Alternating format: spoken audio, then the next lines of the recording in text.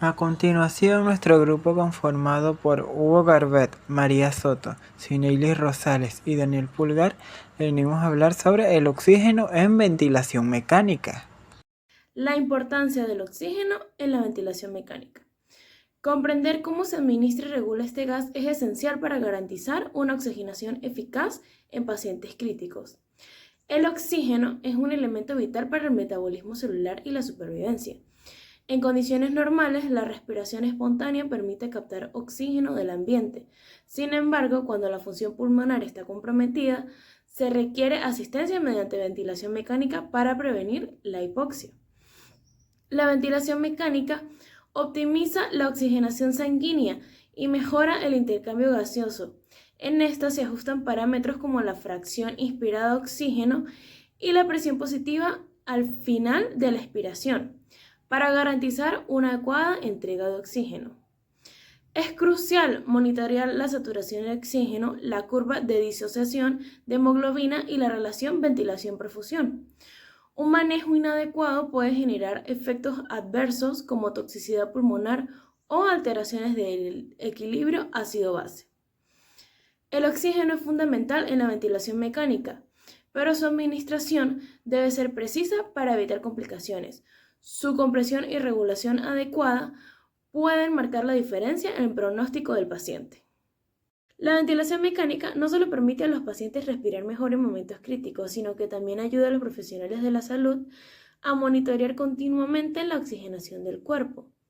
Este seguimiento es esencial para prevenir problemas graves como la hipoxia severa o los daños pulmonares por exceso de oxígeno. Entre los parámetros claves en la administración de oxígeno tenemos la regulación de aspectos como la fracción inspirada de oxígeno, la presión positiva al final de la expiración y la presión arterial de oxígeno. Además, la relación ventilación-perfusión es fundamental para garantizar que el oxígeno llegue eficazmente a los tejidos. Una oxigenación inadecuada puede generar efectos adversos como toxicidad pulmonar o alteraciones en el equilibrio ácido-base. Por ello, el monitoreo continuo permite ajustar parámetros y evitar complicaciones. El oxígeno influye directamente en el equilibrio ácido-base del organismo. Un manejo inadecuado puede provocar acidosis o alcalosis, afectando el metabolismo celular.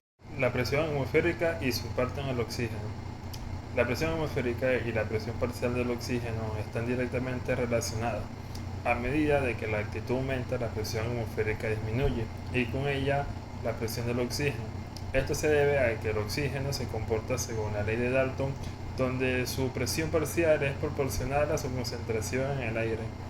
A nivel del mar, la presión atmosférica es aproximada de 750 milímetros de mercurio y una presión parcial alrededor de 159 milímetros de mercurio.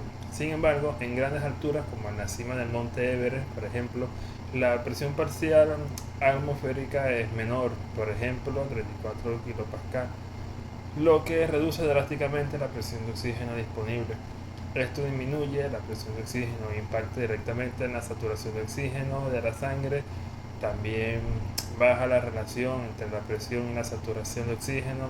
Se describe en la curva de unión del oxígeno, puede causar síntomas, entre otras cosas.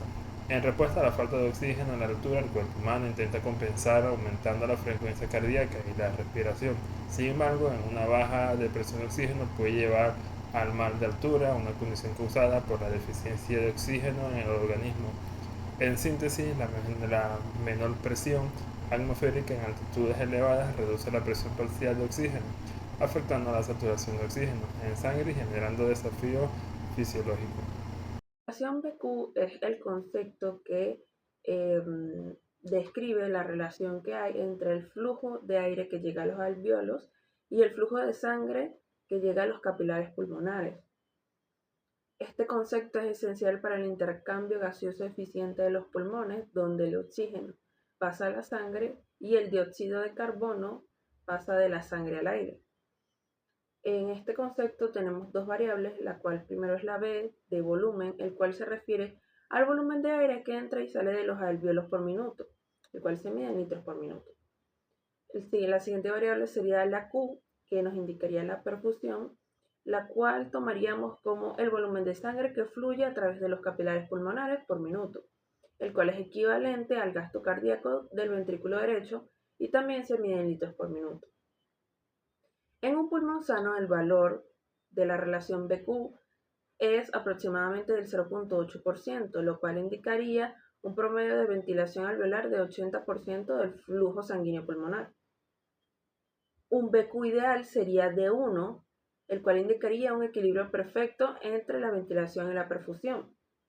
El problema es que esto raramente sucede debido a los efectos de la gravedad y otras variaciones regionales. Porque es importante para el manejo de muchas enfermedades respiratorias, ya que el desajuste de BQ es la causa fisiopatológica más común de hipoxemia. Curva de disociación de la oxígeno-hemoglobina. Esta es una curva sigmoidea en forma de S que representa gráficamente la relación entre la saturación de hemoglobina con oxígeno y la presión parcial del oxígeno en la sangre. Esta es una curva sigmoidea en forma de S que muestra cómo la hemoglobina se carga con oxígeno a medida que aumenta la presión parcial de oxígeno. Esta curva puede tener varios significados, como lo puede ser la afinidad de la hemoglobina por el oxígeno, ya que la curva muestra que la hemoglobina tiene una afinidad creciente por el oxígeno a medida que más moléculas de oxígeno se unen a ella. La cooperatividad. La forma sigmoidea de la curva se debe a la cooperatividad de la hemoglobina, lo que significa que la unión de una molécula de oxígeno facilita la unión de las siguientes.